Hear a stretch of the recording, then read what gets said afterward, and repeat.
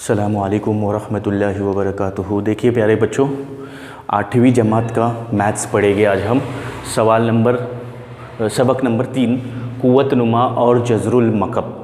कुव्वतनुमा और जज़रुल मकब ये पढ़ेंगे। तो देखिए, जज़रुल मकब, जज़रुल मुरब्बा ये लिखने के लिए, जैसे हम किसी चीज़ का, किसी भी अदद का जज़रुल मुरब्बा लिखते हैं, ये 9 का मुरब्बा, तो उसको हम दूसरी कुव्वत लगा देते हैं।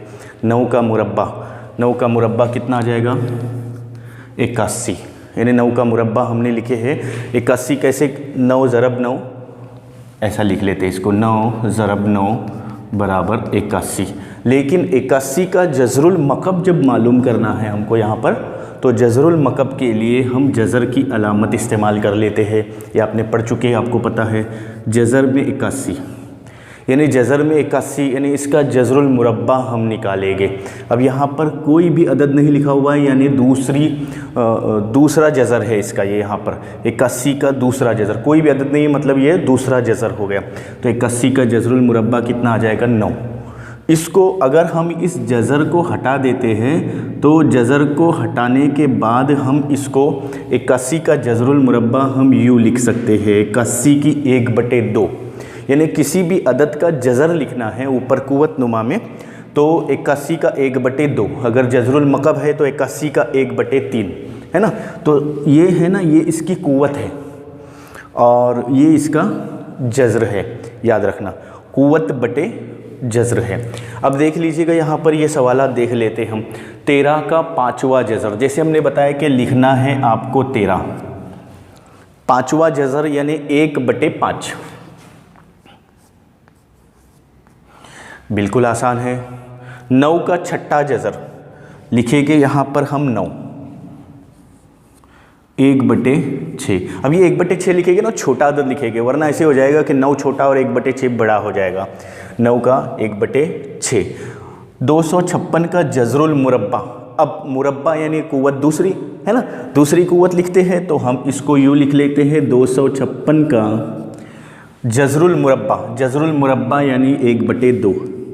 इसको हम 2 तरीके से पढ़ सकते हैं कि 256 का दूसरा जज़र और 256 का जज़रुल मुरब्बा। तो दूसरी और तीसरी कुव्वत के लिए मुरब्बा और मकब का इस्तेमाल कीजिए। जैसे यहाँ पर देखिए 17 का जज़रुल मकब। मकब कब आता है? तीसरी कुव्वत, 1/3।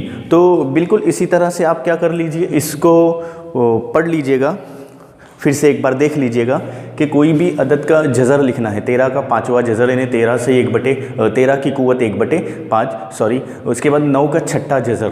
9 का 6ठा जज़र देखिए क्या दिया हुआ है, 9 की 1/6 कुव्वत। 256 का जज़रुल मुरब्बा यानी 256 का 1/2 कुव्वत। फिर 17 का जज़रुल मकब यानी 17 का 1/3। जल्दी से इसका आप है ना स्क्रीनशॉट ले लीजिए और लिख लीजिए।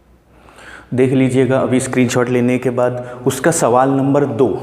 सवाल नंबर 1 में लफ्ज़ों में दिया हुआ था, उसको हमने आदाद में लिखे थे। अब ये आदाद में दिया हुआ है, यानी उसी का उल्टा आदाद में दिया हुआ है। तो सवाल क्या रहेगा, किस अदद का कौन सा जज़र है ये मालूम करना है हमको।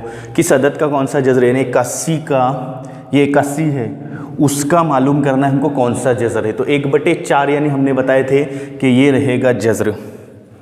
ये क्या है नीचे, ये जज़र है, और ये ऊपर जो रहेगा वो क्या रहेगा, कुव्वत रहेगी। कुव्वत बटे जज़र याद रखना। यानी जैसे ये 1/4 दिया हुआ है 81 का, तो ये रहेगा आपकी कुव्वत और ये क्या रहेगा, जज़र। इसको ध्यान में रख देना है ना। तो देख लीजिएगा यहाँ पर 81 का कितना आएगा, ये जज़र, चौथा जज़र। हम यहाँ पर लिख लेते हैं 81 का चौथा जज़र। प्यारे बच्चों, बिल्कुल आसान है समझने के लिए, उसको रिवाइंड फॉरवर्ड करके देखते जाइए। ये 49 का दूसरा जज़र भी लिख सकते हैं, या क्या लिखना है, 49 का जज़रुल मकब, जज़रुल मुरब्बा, सॉरी, 49 का जज़रुल मुरब्बा है ना। 49 का जज़रुल मुरब्बा भी लिख सकते हैं हम इसको, या 49 का दूसरा जज़र भी लिखेंगे, तो सही मानों में ये सही रहेगा आपका। 15 का ये जज़र है, ये कुव्वत है, याद रखना। तो इसका क्या आएगा बच्चों, 15 का 5वां जज़र। ऐसा लिखिए 5वां, या फिर ऐसा लिखिए 5वां, है ना, दोनों में से 5वां या 5वां जज़र। दोनों भी चल जाएगा। थोड़ा सा आपको फास्ट हो जाएगा, बिल्कुल आसान है इसलिए थोड़ा सा हम फास्ट जा रहे हैं। ये यहाँ पर क्या आएगा प्यारे बच्चों, 512 का 9वां जज़र, आदाद में भी लिख सकते हैं आप, देख लेना ध्यान से।